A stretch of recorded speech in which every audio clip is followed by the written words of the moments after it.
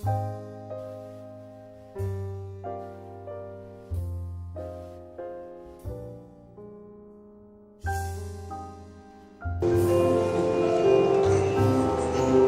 church.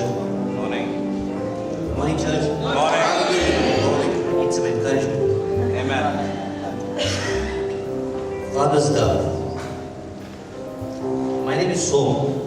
I'm from a Hindu background, born as a Hindu from India, and I've been here in Dubai for about 3 years. With my beautiful wife Christine and my lovely little son Joshua. That's okay. I lost my father when I was 4 years old. Don't remember much of him, except for the experience of deep sense of insecurity, fear in life's unpredictability during my growing up years. There was a lack of all material things, and above all, love, because there were so many concerns and worries during my growing up years. My mom was a great woman. She was very, very strong, and she did her best to bring the four of us up, in spite of all the challenges. But she passed away due to bone marrow cancer when I was 19 years old.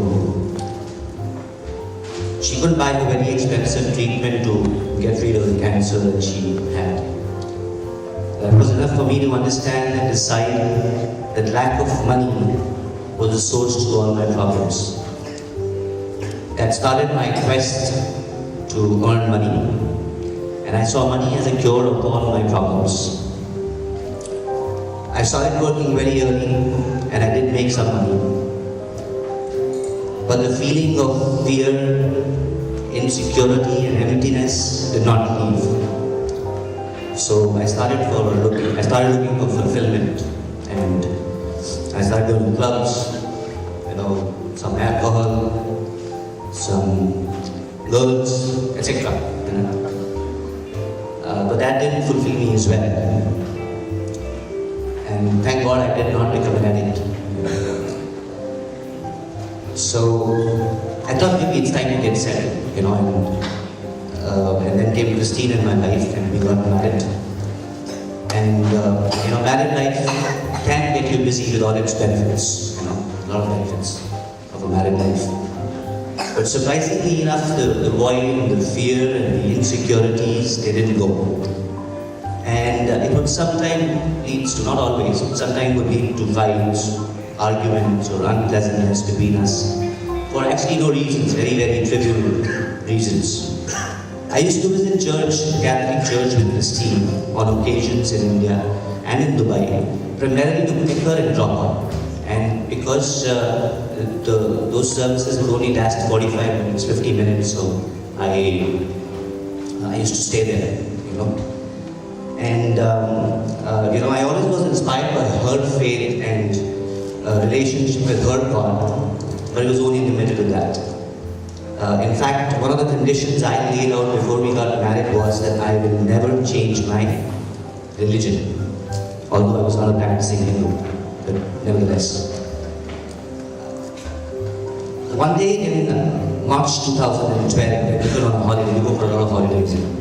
We were on a holiday, and my sister-in-law, Karen, who comes to the church, she gave us the exciting news that she has been to this new church, and she was miraculously healed from this spinal injury due to which she was in great pain, and she almost was about to lose her job. So after we came back from the holiday, Christine wanted to visit this church. And I remember driving her to Amazing Grace Church for a Miracle Monday evening meeting. So I was expecting a 45-minute, normal service, normal church. But walking in, I was stunned to witness what I saw. I was amazed. I had never seen a church like this. It was a dancing church. I saw Sunil Brother Sweeney's dancing. I thought the Jerome was dancing. There was so much excitement. It was a happy church. It was a dancing church. The worship, the word, the love of the people around, it started to take root and started fulfilling me. Christine was so inspired coming to the church, this church, Amazing Grace Church, she was touched by the Holy Spirit and she soon got baptized. I also started reading the Bible and coming more regular. I mean, I was always regular, but I started coming regularly to the church, not to just pick and drop, but to be a part of the church. Pastors, the elders in the church, they all guided. I had questions, they answered, and soon the faith started to build up. I got baptized after initial reluctance and some question and answer sessions with pastor and some others. And soon afterwards, life changed and the miracles started to happen. Every day is a blessing. Every day new doors are opening. Every day new opportunities are showing up. It has been absolutely wonderful. Now as I stand here today, I testify that all my fears and insecurities and worry that I had in my life, they are filled with the Father's love.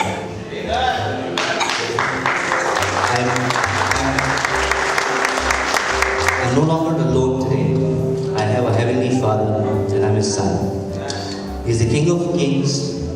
He owns the universe and I know He holds my future in His hands. And He has the very best in store for me. Me being the earthly father that I am, I want to give the best to Joshua. I don't want to compromise. How much more would the Heavenly Father do for all of us here? There is love, there is peace today, and the biggest assurance is that this Father is not going to die. He's never going to leave me and never forsake me.